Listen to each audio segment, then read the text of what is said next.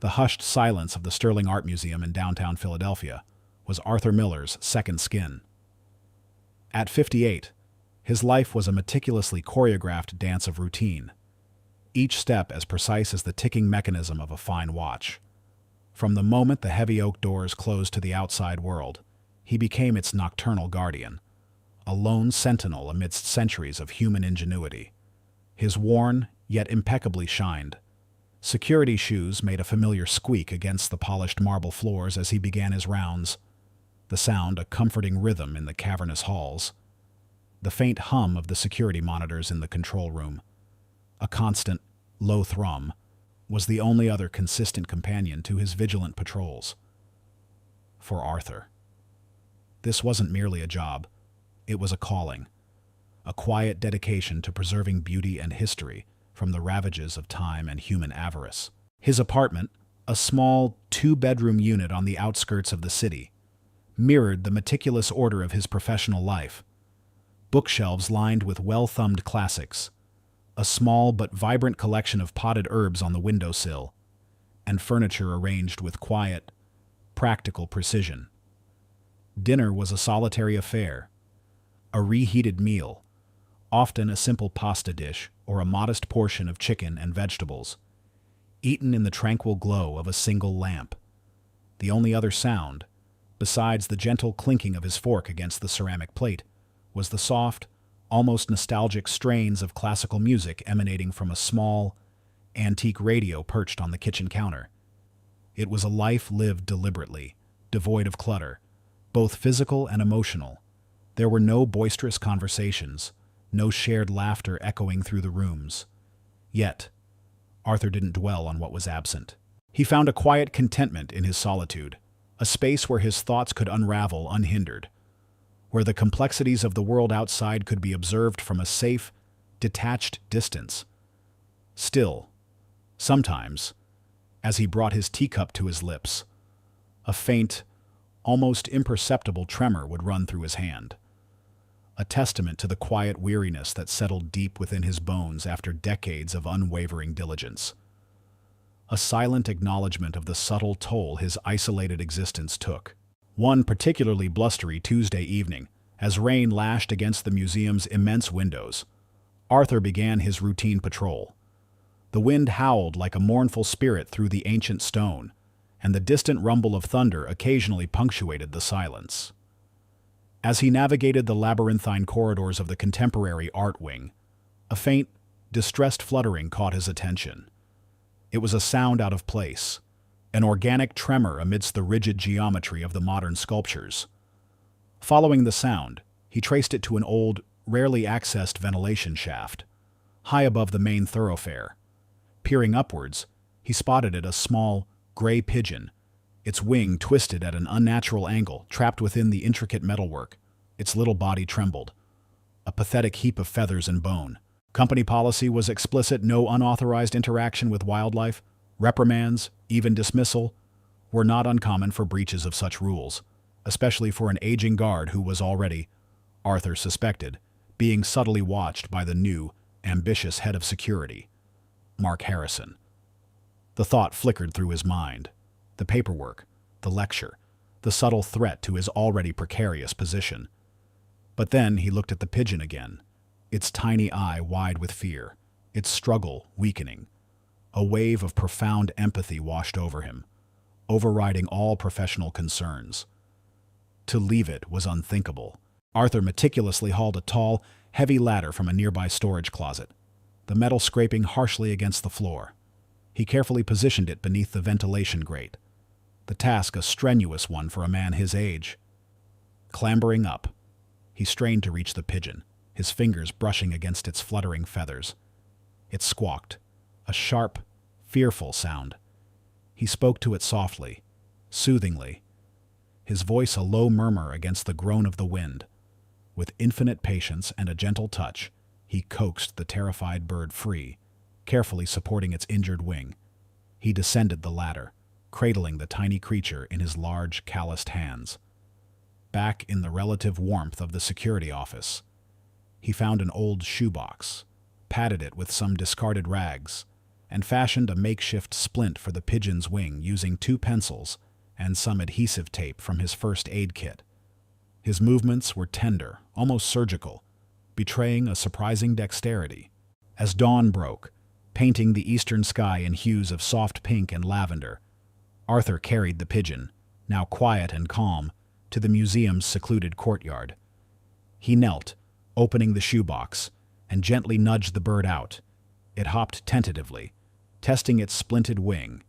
Then, with a surprising flutter, it rose into the cool morning air, a tiny, defiant silhouette against the vast expanse of the sky.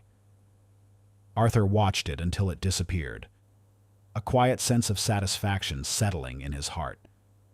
It was a small, seemingly insignificant act, but in that moment, he felt a profound connection to the world, a quiet affirmation of his own unwavering moral compass, a silent act of goodness in a world that often overlooked it. After releasing the pigeon, Arthur resumed his final pre-dawn patrol, his steps falling back into their familiar rhythm. As he passed the museum's newest acquisition, the sterling gemstone exhibit, he paused. This particular display, housed in a reinforced, climate-controlled vault, featured a collection of incredibly rare and valuable stones. The centerpiece being the Seraphim Star, a sapphire of unimaginable size and brilliance. The exhibit was state-of-the-art, with multiple layers of security laser grids, pressure plates, and motion sensors, all monitored by the museum's central security system. Arthur, however, wasn't just observing the security. His gaze settled on a seemingly unremarkable antique pocket watch, displayed separately in a smaller, custom-built case nearby. It was from the late 19th century, its silver casing dulled with age, its face adorned with intricate engravings that seemed to weave into peculiar, almost mathematical, patterns around the numerals. Most visitors barely gave it a second glance, drawn instead to the dazzling gemstones. But Arthur always paused here. He wouldn't simply glance, he would study it, his head tilted slightly, his eyes tracing the delicate lines. Sometimes, a faint, unreadable expression, a flicker of deep thought, would cross his features. It was an almost obsessive habit, a quiet ritual known only to him. What was it about this watch no one knew? Perhaps it was the intricate craftsmanship, a silent appreciation for forgotten artistry. Or perhaps it was something more, a subtle talent, a unique ability to discern hidden order in chaos, to recognize patterns that others dismissed as mere decoration, a quiet, almost subconscious understanding of the underlying logic that governed complex systems, be they mechanical, mathematical, or even, perhaps, human. It was a detail so small, so mundane, yet it held a whisper of a deeper, unrevealed aspect of Arthur Miller, a hint of the astute mind that lay hidden beneath the quiet demeanor of a diligent security guard. The night of the sterling gemstone exhibit alarm was etched into Arthur Miller's memory like a searing brand. It was a cold Tuesday, the wind rattling the old museum windows, when the piercing shriek of the security system sliced through the quiet hum of the control room. The digital display above Arthur's console flashed a stark, alarming red Zone 4, Vault Perimeter Breach. His heart leaped into his throat, a cold dread washing over him. This was not a power flicker, not a sensor glitch. This was the Gemstone Vault, the very heart of the museum's priceless collection. Decades of instinct, honed by countless quiet nights and subtle observations, screamed that this was real. Without a moment's hesitation, Arthur's hands flew across the control panel, his movements precise and automatic. He initiated Level 3 lockdown protocols, sealing off the exhibit wing and activating additional internal cameras. His fingers, despite the surge of adrenaline, moved with the unwavering certainty of a seasoned professional. He then reached for the internal comms, his voice steady despite the rapid beat of his pulse. "Control to Harrison," he reported, his tone urgent. "Zone 4 breach. Suspected intrusion at the gemstone exhibit. Lockdown initiated. Requesting immediate response." Mark Harrison, the sleek ambitious head of security, arrived moments later, his face contorted with barely contained irritation. He was a man obsessed with appearances, particularly his impeccable security record, which he guarded with zealous ferocity. The idea of a breach on his watch, especially with an upcoming board review, was anathema. He dismissed Arthur's protocol activation with a wave of his hand. "Miller, what is this nonsense? Another one of your phantom intrusions." His voice was sharp, laced with condescension. He strode directly to the monitor displaying the vault perimeter, his eyes narrowing. Harrison quickly located the breach point, a tiny, almost invisible hairline crack in one of the high-security, reinforced glass windows overlooking the museum's less-trafficked service alley. He peered at it, then scoffed, a dismissive sound that grated on Arthur's nerves. "See, Miller, a stress fracture. Happens. Glass expands. Contracts. This is a false alarm, an overreaction. You're letting your imagination run wild in your old age." He didn't bother with a detailed inspection, didn't check for minute tool marks or subtle signs of tampering. His mind was already made up, fueled by a desperate need to maintain his illusion of flawless security. "Sir, with all due respect," Arthur began, his voice firm. "I've seen stress fractures. This feels different.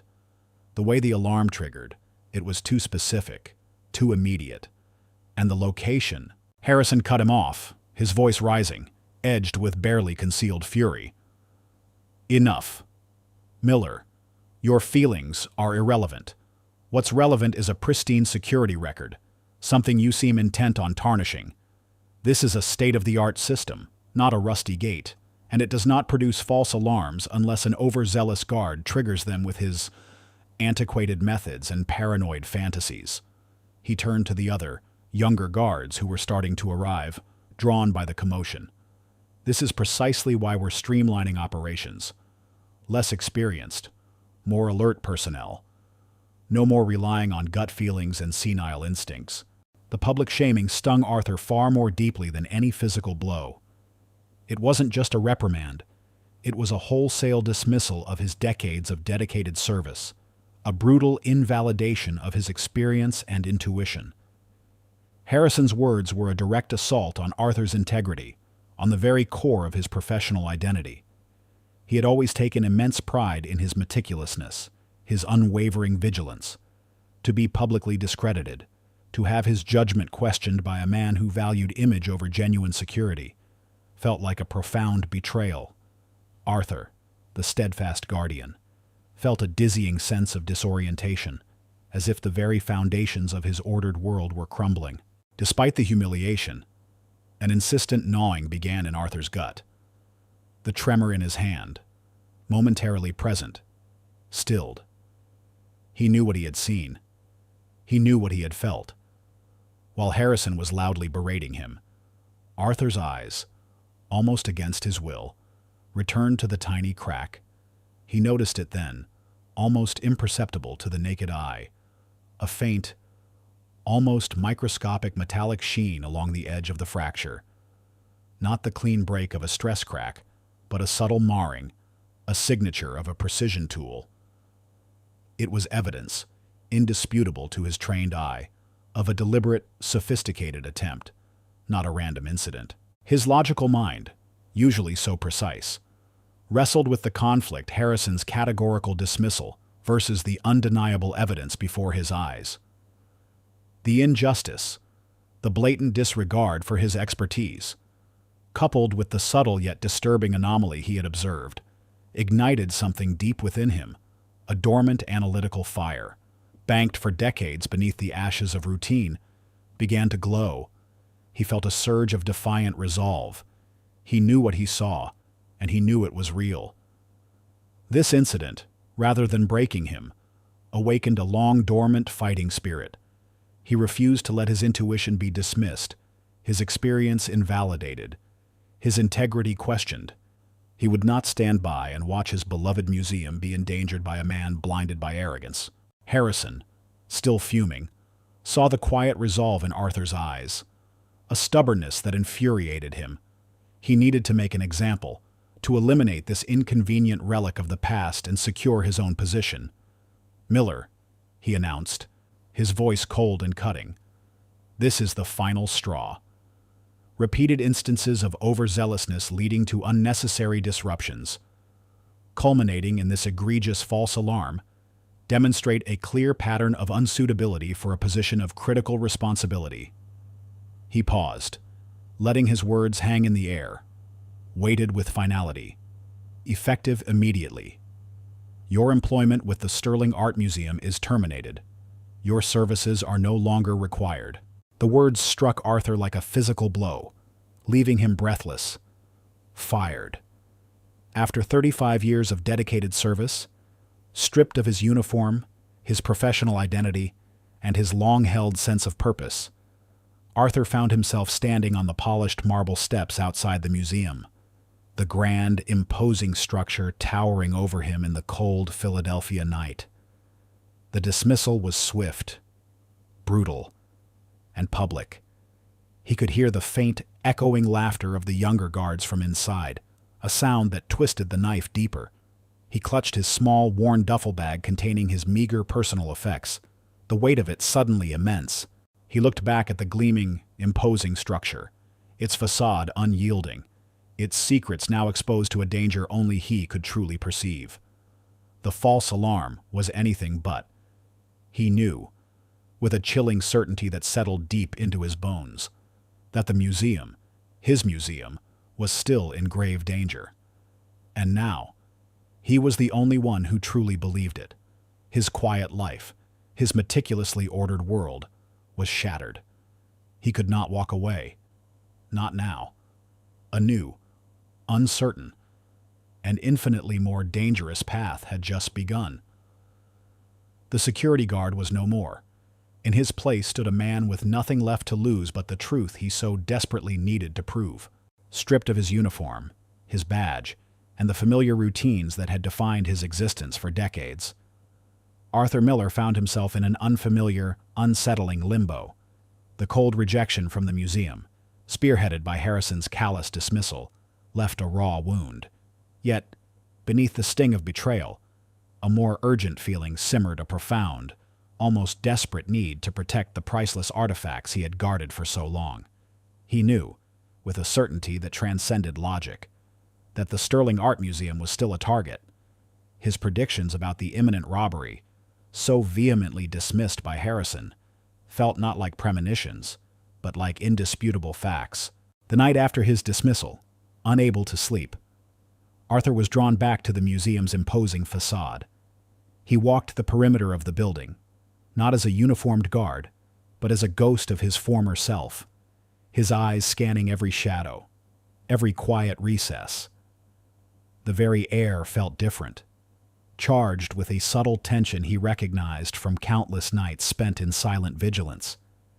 He moved like a phantom, blending into the deeper shadows of the historic Philadelphia streets. His only companions were the city's nocturnal sounds, the distant wail of a siren, the rumble of a late-night bus, the ceaseless whisper of the wind through the urban canyons. He settled into a discreet vantage point across the street, a dark alcove between a defunct bookstore and a bustling diner. From there, he could observe the museum's less trafficked service alley, the very spot where he had found the inexplicable crack in the gemstone exhibit window. Hours passed, marked only by the slow, inexorable sweep of the minute hand on his old, trusty wristwatch.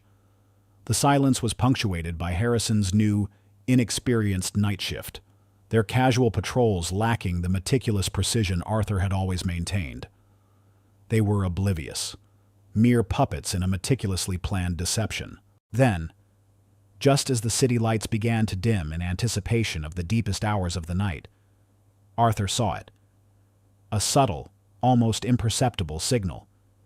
A seemingly random light flickered in a specific, obscure window on the museum's third floor, a small ventilation window in an unused storage area, a detail he had noted during his decades of patrol as unusual. It flickered twice, a deliberate, rhythmic Morse code ... then went dark again. To anyone else, it would be a faulty bulb, an electrical anomaly. but to Arthur, whose mind was a vast archive of the museum's every secret, every pattern, every subtle deviation from the norm. It was a prearranged signal, a confirmation. A chill ran down his spine, not of fear, but of vindication. They were coming, just as he predicted.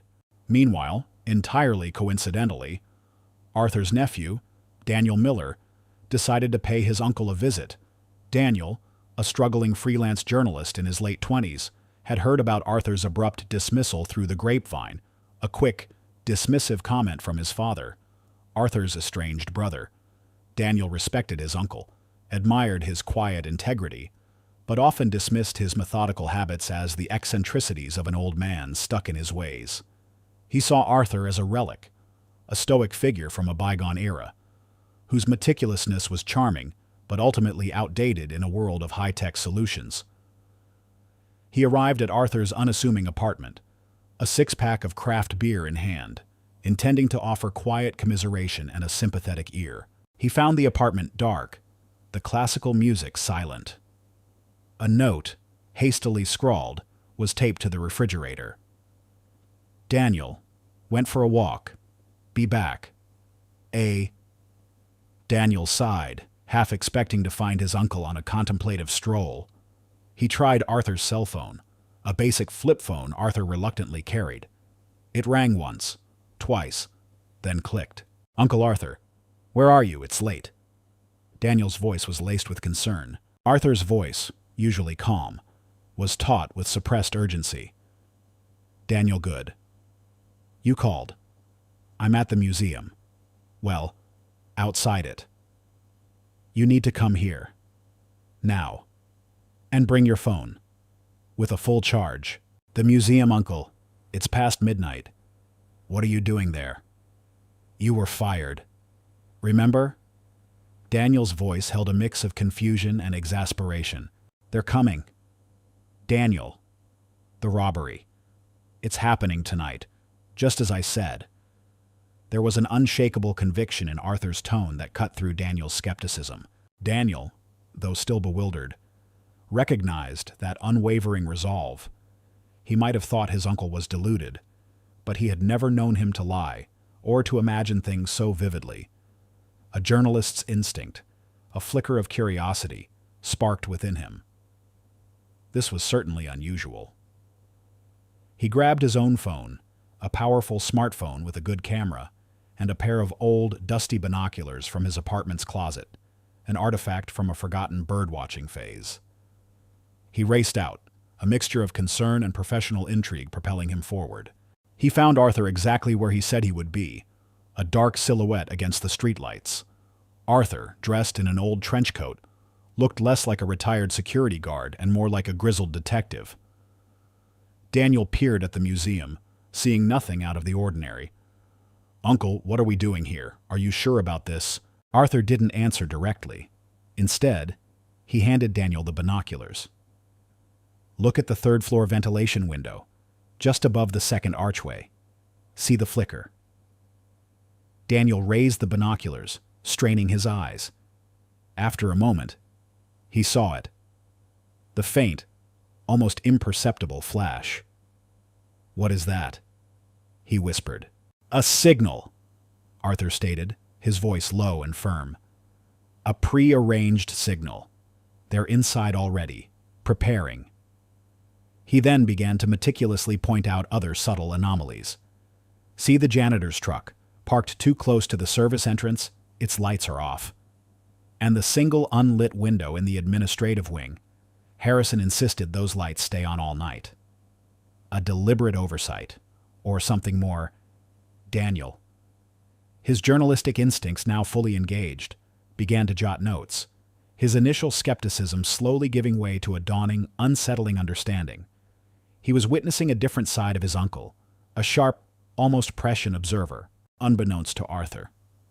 Mark Harrison, driven by a toxic blend of arrogance and a desperate need to cover up his gross misjudgment in firing Arthur, had already set the stage for disaster. After Arthur's false alarm incident, Harrison had gone to great lengths to ensure no such disruptions would occur again. He had subtly altered the standard patrol routes for the new, inexperienced night shift, directing them away from the gemstone exhibit's vulnerable service alley. He had also, with a dismissive wave of his hand, deliberately turned off a seemingly redundant CCTV camera feed that covered the very corner where Arthur had identified the subtle crack, citing cost-saving measures and unnecessary redundancy. Harrison's actions were driven by a singular, self-serving objective to ensure a flawless security report for the upcoming board review. He believed that by silencing Arthur and removing any potential for further false alarms, he had perfectly contained the problem. He was utterly convinced that he had buried the problem of Arthur Miller and his overzealousness, oblivious to the chilling irony that he had just laid out a perfect, unhindered pathway for the very crime Arthur had predicted. His arrogance blinded him to the genuine threat, making him an unwitting accomplice to the very thing he claimed to protect against. The reader, privy to Harrison's cynical choices, now understood the full scope of the dramatic irony, a silent, terrifying countdown to a catastrophe that only one man saw coming. Arthur, the quiet, dismissed guard, was walking into a situation made infinitely more dangerous by the very person who had sworn to uphold security. The Sterling Art Museum, usually a bastion of quiet grandeur, now loomed before Arthur and Daniel like a silent, imposing tomb. Its grand architecture a stark but symbolic arena for the unfolding disaster. The meticulously carved stone gargoyles seemed to grimace from their perches, witnesses to a betrayal only Arthur truly understood. For decades, this building had been his life, a place where priceless beauty resided, and where, paradoxically, his own worth had been so cruelly dismissed. Tonight, it would either be the stage for his ultimate vindication or the site of his final, professional demise. "Uncle Arthur, are you sure?" Daniel whispered, his voice thin in the cold pre-dawn air. He clutched the binoculars, his gaze sweeping over the museum's dark facade, seeing nothing but the tranquil stillness of a sleeping giant. But Arthur didn't waver. His eyes, sharp and unblinking, were fixed on the service alley, a place of mundane deliveries transformed into a strategic entry point. Arthur was utterly alone in this fight. He had no badge, no uniform, no official access. His once trusted radio, a direct line to internal security, now lay useless back in his apartment. There would be no backup, no cavalry charging in to assist.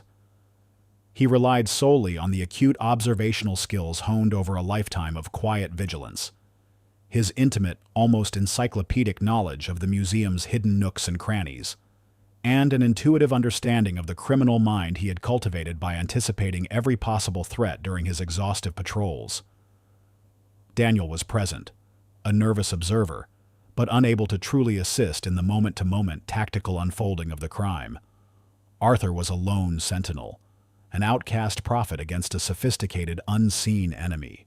Suddenly, a faint, almost imperceptible shift in the shadows near the service entrance. A black van, indistinguishable from a delivery vehicle, idled silently, its engine barely a whisper. Two figures, clad in dark, non-reflective tactical gear, emerged from its interior.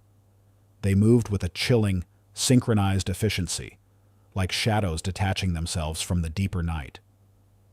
They approached the seemingly innocuous crack in the gemstone exhibit window, the very crack Arthur had reported, the stress fracture Harrison had so arrogantly dismissed. Arthur's voice, low and urgent, cut through Daniel's skepticism. "There. The van. See how it's positioned. Blocks the single remaining camera feed to the alley, and the way they move. Professionals." He began to narrate the unfolding scene, his voice a steady, authoritative stream of detail. "They're using a microcutter, laser precise. See the faint green glow. That's it.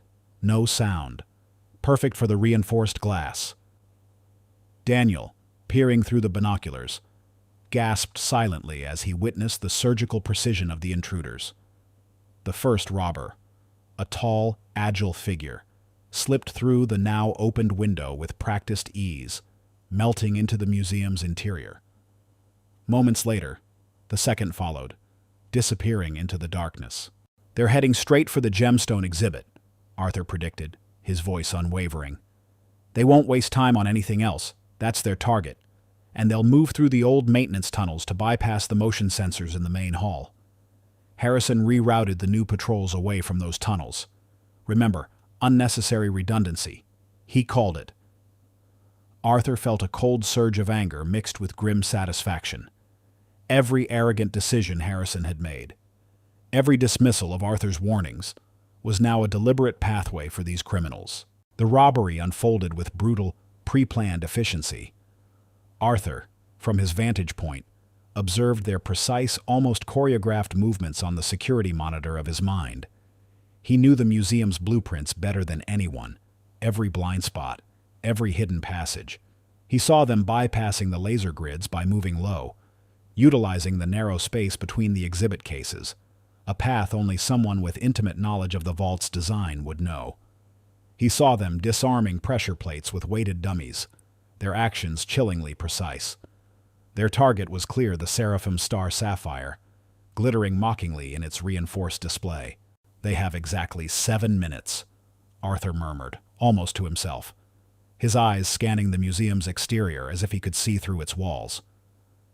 "They'll bypass the main vault door with a thermal lance. It's the only way to get through the new composite steel in that time frame. Then they're out through the old employee exit by the loading dock. Harrison also turned off the exterior floodlights in that area last week. Said it was energy conservation." The sheer audacity of Harrison's negligence, driven by his self-serving ego, was breathtaking. Daniel, his hand trembling as he held his phone, realized the terrifying truth. This wasn't just a prediction, it was a real-time play-by-play of a major heist. He fumbled to dial 911, his fingers suddenly clumsy with adrenaline. The disorienting reality of the situation, juxtaposed with his uncle's calm, almost detached narration, created a jarring sense of unreality. 911, what is your emergency?" a bored voice answered. "Yes, my uncle. He's a security guard. Well, he was at the Sterling Art Museum. There's a robbery in progress. They're in the gemstone exhibit." Daniel stammered, his words tumbling out. "Sir, we've already had a false alarm report from that location earlier tonight," the dispatcher said, her tone skeptical, dismissive. "Are you sure this isn't a prank call?" The chilling words echoed Harrison's own contempt. Daniel looked at his uncle, whose face was etched with grim determination. "No, it's real. My uncle predicted it. He knows exactly what they're doing." Arthur gently took the phone from Daniel. His voice, though still calm, resonated with a new authority, cutting through the dispatcher's skepticism. "Listen carefully. This is Arthur Miller, former head of night security at the Sterling Art Museum. The robbers are 2 individuals, entering via the service alley's 3rd-floor window, not a stress fracture, but a precisely cut opening. They bypassed the external motion sensors with a timed sequence. They are now moving through the maintenance tunnels on level 2, specifically through the old HVAC conduit, bypassing the main exhibit hall's pressure plates. Their target is the Seraphim Star in the gemstone exhibit. They will use a thermal lance on the interior vault door. Their exit will be the loading dock employee entrance, which, I can confirm, has its external floodlights disabled. You have less than 5 minutes before they breach the vault and are out." The dispatcher was silent for a moment, taken aback by the precise, almost surgical detail. Then, a new sense of urgency entered her voice. "Sir, how do you know all this?" "Because I warned them this would happen," Arthur replied, his voice a low, steady hum of cold vindication. "And they fired me for it." Every ticking second amplified the desperate urgency of his task. The fate of the museum, the priceless artifacts, and his own long-held integrity hung in the balance. He could practically hear the whir of the thermal lance, the splintering of ancient wood, the shattering of dreams. He had to be heard, had to be believed, before it was too late. The cold Philadelphia night felt vast and indifferent, a silent accomplice to the unfolding crime. He was alone, armed only with his mind, his intuition, and the desperate hope that someone, somewhere, would finally listen. The chill of the Philadelphia night was absolute. Yet Arthur Miller felt a different kind of cold creeping over him, the icy grip of urgency. The robbery at the Sterling Art Museum was in full, brutal swing, and he, the dismissed guardian, was its only remote witness. From his hidden vantage point across the street, his eyes, sharp as a hawk's, absorbed every detail unfolding within the grand, glass-fronted structure. Daniel stood beside him, holding his phone, the lifeline to a skeptical world. They're at the main vault now. Arthur's voice was a low, steady hum, each word precise, almost clipped, as he meticulously relayed the unfolding events to the 911 dispatcher. His phone was on speaker, allowing Daniel to hear both sides of the increasingly tense conversation. Two subjects. One, a male, roughly 6 feet tall, dark tactical gear, carrying what appears to be a compact thermal lance. The other, shorter, female, is disabling the pressure sensors near the display case itself. She's using a custom-made bypass tool, small, metallic, probably tungsten alloy for precision. His mind, a vast archive of security specifications and criminal methodologies, pulled up blueprints, sensor layouts, and even the technical schematics of various breach tools, all in real time. On the other end, the 911 dispatcher, a seasoned veteran named Brenda, listened with a mixture of professional skepticism and growing unease. "Sir, you're providing an extraordinary level of detail. Are you a former employee of the museum?" Her voice was laced with an unspoken question, a hint of suspicion. "Because we have units en route, but your description is highly specific. We had a report of a false alarm from this location very recently, and that could be construed as, well, as a diversion." "I was the head of night security," Arthur stated, his voice firm, refusing to be swayed by her doubt. "And the false alarm was not false. It was the first sign. The crack in the window, where they entered, eastern facade, 3rd floor, near the old maintenance access, was exactly as I reported it. You'll find microscopic scoring consistent with a laser or diamond cutter, not a stress fracture." Daniel, holding the phone steady, watched his uncle's face. Arthur's brow was furrowed, his jaw tight, but his eyes were fixed, unblinking, on the distant museum. He saw the first robber, the tall male, positioning the thermal lance against the reinforced vault door of the gemstone exhibit. A thin, almost invisible plume of smoke began to curl upwards. "He's activating the thermal lance now," Arthur reported, his voice betraying no emotion, just pure observation. "The interior vault door will be compromised in approximately 90 seconds. Target the Seraphim Star Sapphire.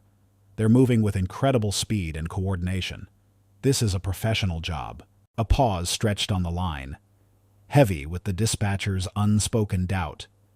"Sir, I understand your concern," Brenda finally said, her voice taking on an irritated edge.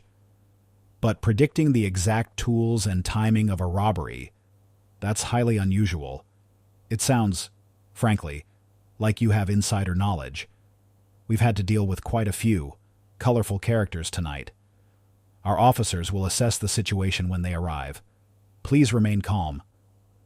For a heart-stopping moment, Arthur's credibility, even now, in the midst of a live, unfolding crime, seemed poised to be his undoing. The ghost of Harrison's dismissal, the weight of being a false alarm, threatened to swallow him whole. But then, a frantic squawk burst through the air, cutting through the dispatcher's polite skepticism. It was a police radio, crackling to life in the background, likely from a police unit already closing in on the museum. A young, breathless voice, barely coherent, blared from the speaker. "Officer reporting, Sterling Museum. Breach confirmed East Wing, 3rd floor window. Suspects observed inside, just as described by the anonymous caller requesting immediate backup for vault breach repeat. Vault breach in progress." Azia Rubakursad. The transformation on Brenda's face, though unseen, was palpable. Her professional detachment shattered. Daniel could practically hear her posture straighten, her fingers flying across her keyboard. Her voice, suddenly sharp and urgent, barked commands into her headset. All units confirmed 211 in progress at Sterling Art Museum. Suspects observed. Vault breach imminent, respond code 3. Repeat, code 3. Officer in distress. Get me eyes on the loading dock exit. Now. The earlier dismissal, the barely concealed annoyance, evaporated, replaced by frantic, urgent action. Daniel, holding the phone, felt a jolt of pure exhilaration mixed with profound awe. His initial skepticism, the lingering doubt about his uncle's sanity, vanished like smoke. He looked at Arthur, whose face remained a study in grim satisfaction, his eyes still fixed on the museum. The vindication was not in a triumphant shout, but in the rapid convergence of flashing blue and red lights, in the growing wail of sirens echoing through the city streets, like a choir of angels descending to answer Arthur's silent prayer. Police cruisers, their lights painting the night in urgent strobes, converged on the museum from every direction. Officers, tactical gear glinting in the streetlights, swarmed the perimeter. Sirens wailed, then cut out abruptly as patrol cars screeched to a halt. As officers flooded the scene, their radios crackling with Brenda's urgent commands, they found the robbery unfolding with chilling precision, exactly as Arthur had predicted. The forced window, the bypassed sensors, the targeted gemstone exhibit already being breached, just as Arthur had described the thermal lance at work. Mark Harrison, roused from his bed by the frantic calls from the new night shift, arrived in a panicked rush. He screeched his luxury sedan to a halt, jumping out just as the first officers burst through the main doors. He saw the chaos, the flashing lights, the grim faces of the police, and his own museum, his impeccably secured domain, laid bare and vulnerable. His face contorted in a mixture of horror, disbelief, and a dawning, sickening realization. The false alarm was not only real, it was a devastating reality that would expose his every arrogant decision. A news van, drawn by the commotion, screeched to a halt nearby, its powerful lights illuminating the scene. A reporter, microphone in hand, thrust it towards a bewildered police captain who had just arrived. "Captain, what can you tell us about this?" The captain, looking from the breached window to the museum's security chief, pointed towards Harrison. "We're still assessing, but it appears to be a highly sophisticated operation. Thankfully, we received an incredibly detailed, real-time tip from a concerned citizen, which allowed us to respond swiftly and potentially prevent a catastrophic loss. We believe the museum's own head of security, Mr. Harrison, here, may have some questions to answer regarding the integrity of the security systems, especially after a recent false alarm report from this very location." Harrison visibly blanched, his face paling to an ashen gray. His negligence, his arrogance, his desperate attempts to cover his tracks were now exposed for all the world to see, under the harsh glare of the news cameras. He stammered, attempting to speak, but no words came out. His carefully constructed illusion of competence shattered around him like glass. Arthur, from his shadowy vantage point, watched it all. He saw Harrison's public confrontation, his humiliation. He saw the police, initially viewing him with suspicion, now looking towards the museum with a new, urgent respect. He had been a voice in the wilderness, dismissed and scorned. But tonight, the truth had roared. He was not just vindicated. He was the quiet hero who had seen what no one else would believe, whose integrity had ultimately saved what was truly priceless. The cold wind no longer felt like a biting enemy, but a cleansing force, sweeping away the shadows of doubt and injustice. The pre-dawn chaos at the Sterling Art Museum slowly subsided, leaving behind a profound stillness that resonated with the aftermath of a seismic shift. Mark Harrison's world, meticulously constructed on a fragile foundation of ambition and deceit, crumbled with the brutal efficiency of a demolition crew. The news cameras, still flashing, captured his ashen face, a stark tableau of a man stripped bare.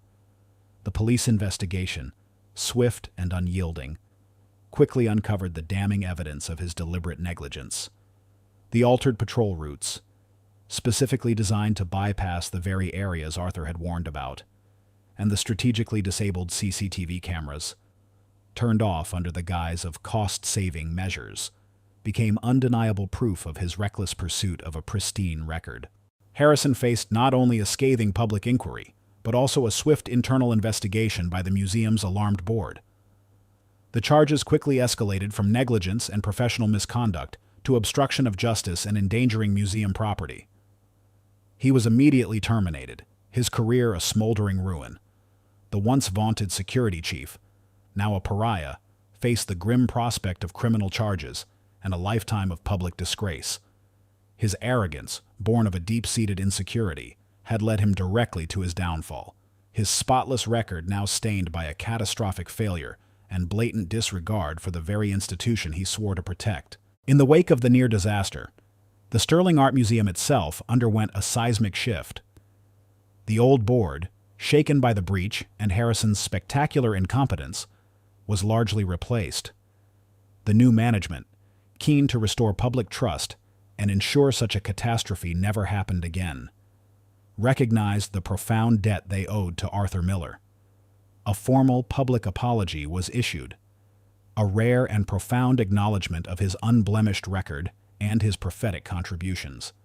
It was broadcast on local news, printed in the Philadelphia Inquirer, a resounding validation of the man they had so carelessly dismissed. Days later, Arthur found himself back inside the hallowed halls of the museum, though not in his old uniform. This time, he was ushered into the grand boardroom, its mahogany table gleaming under the chandeliers. The museum director, a stern but clearly humbled woman named Evelyn Reed, sat at the head, flanked by several new board members. "Mr. Miller," Director Reed began, her voice earnest, "we cannot adequately express our regret for the egregious error in judgment that led to your dismissal. Your foresight, your dedication, your unique understanding of this institution saved us from an incalculable loss. We realize now that we dismissed not just a guard, but a genuine expert." She paused, taking a deep breath. "Therefore, the board has authorized an unprecedented initiative. We wish to offer you not just your position back, but a new, singular role. We propose the creation of a specialized, autonomous, predictive security unit, led by you, Mr. Miller, with unprecedented authority and resources. Your team would be dedicated to proactive threat assessment, identifying vulnerabilities before they are exploited, using methods that, frankly, only you seem capable of conceptualizing." Arthur listened, his expression unreadable. This wasn't merely about restoring his job, it was about validating his entire approach, his unique talent for pattern recognition and proactive security. It was an opportunity to fully utilize his skills, not just to react to threats, but to anticipate and prevent them, a purpose far grander than his old patrol routes. He would have the authority, the resources, and, most importantly, the trust to implement his vision. It was a second chance, not just for his career, but for his profound desire to protect. After a long moment, a faint, almost imperceptible smile touched his lips. "I accept," he said, his voice quiet, yet firm with renewed purpose. Later that week, as the autumn leaves began to fall in earnest, Arthur and Daniel shared a quiet meal in Arthur's meticulously kept apartment. The antique radio hummed softly in the background, playing a melancholic cello concerto. Daniel, his initial skepticism replaced by profound respect, looked at his uncle with genuine admiration. "Uncle Arthur," Daniel began, setting down his fork, "I always thought your meticulousness, your routines, were just a habit, a bit old-fashioned. Maybe. I never realized it was a superpower." He shook his head, still slightly overwhelmed by the events of the past few days. You saw things no one else did. You knew. Arthur chuckled softly, a rare, genuine sound that warmed the small apartment. It's not about superpowers, Daniel, he replied, his gaze distant, reflecting on the quiet wisdom accumulated over a lifetime of keen observation. It's about seeing what others choose not to see, about paying attention to the subtle anomalies, the quiet whispers that precede a storm. It's about trusting your gut, your intuition, even when everyone else, especially those in charge, tells you you're wrong. He leaned forward, his elbows resting on the table, his eyes earnest. Most people look, but they don't truly see. They dismiss what doesn't fit their preconceived notions, their comfortable routines. My routine, as you called it, was my lens. It allowed me to detect the slightest deviation, the most subtle inconsistency. And the museum. It was my canvas of observation. Daniel nodded slowly, absorbing his uncle's words. And Harrison? He was too busy trying to look good to actually see anything. Wasn't he? Arthur sighed, a faint sadness in his eyes. Pride, Daniel, can be a blindfold. It makes you deaf to warnings and blind to threats. He dismissed me because believing me would have meant admitting his own fallibility. And for some, that's a fate worse than any robbery. He picked up his teacup, the subtle tremor in his hand now almost entirely gone, replaced by a steady confidence. It's about conviction, Daniel. About standing by what you know to be true, even when the world tells you you're crazy. Because sometimes, the quietest voice is the one speaking the loudest truth. Their shared silence that evening was no longer solitary, but filled with a new, profound understanding. A bridge built between generations, forged in the fires of injustice and ultimate vindication. 1 year later, the Sterling Art Museum stood as a testament not only to art and history, but to resilience and the quiet triumph of integrity. Its grand facade, once marred by the shadows of almost loss, now gleamed under the Philadelphia sun, a beacon of enhanced security and renewed public trust. Arthur Miller, no longer just a guard, but a true architect of its safety, moved through its hallowed halls with a quiet authority that transcended any uniform. He was dressed in a tailored, unmarked suit, a subtle nod to his elevated status. His steps, once the methodical rhythm of a lone patrol, now carried the purpose of a leader. He helmed the museum's newly established and highly respected predictive security unit, a small, elite team of analysts and former law enforcement officers. Their work was revolutionary, meticulously studying patterns in crime statistics, analyzing subtle shifts in urban activity, and identifying potential vulnerabilities with an uncanny foresight that had become the envy of institutions nationwide. Arthur's once solitary existence was now filled with vibrant intellectual stimulation, the lively discussions with his team, and the profound camaraderie of individuals who deeply respected his every insight. He had found not just a job, but a calling, a profound happiness in his validated purpose, a life where his unique talents were not only recognized but celebrated. Arthur, never one to forget the quiet injustice he had faced, recognized the critical importance of nurturing the very skills that had saved the museum. He established a groundbreaking mentorship program within the local Philadelphia Police Academy.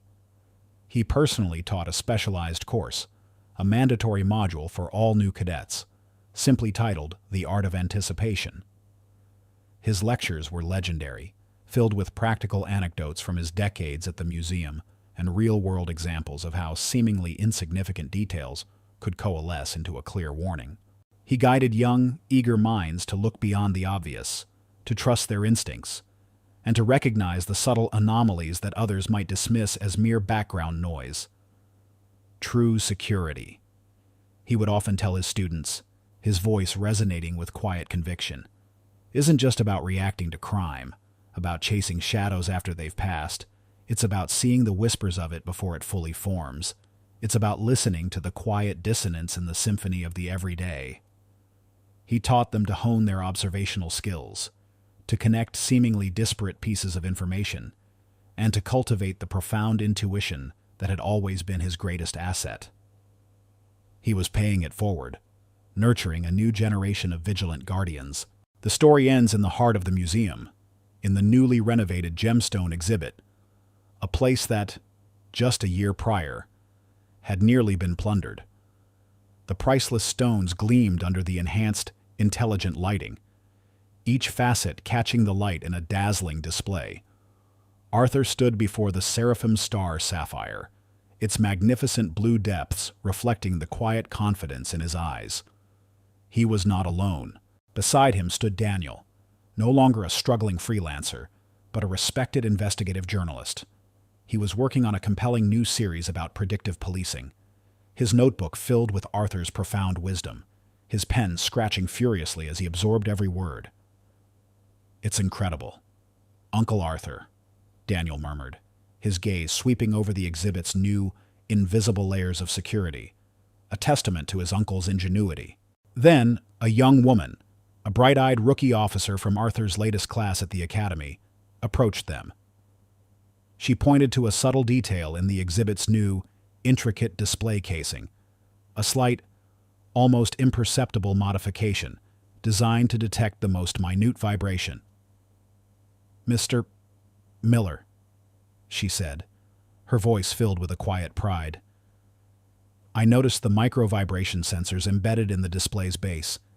It's an ingenious addition, almost impossible to detect without knowing what you're looking for. A true ghost in the machine, just as you described." Arthur nodded, a warm, deep pride in his eyes. The light from the gemstones reflected in his gaze, a shimmering testament to the profound impact of a man who dared to see what others could not, and whose quiet integrity ultimately saved what was truly priceless, not just the artifacts, but the very essence of diligence, foresight, and the unwavering belief in one's own truth. If this story stirred your heart, if it reminds you that courage can alter destinies, and that light always finds a path even in the deepest darkness, please leave a comment. Share this story with those who need inspiration. Like, subscribe, and hit the bell to never miss our upcoming stories.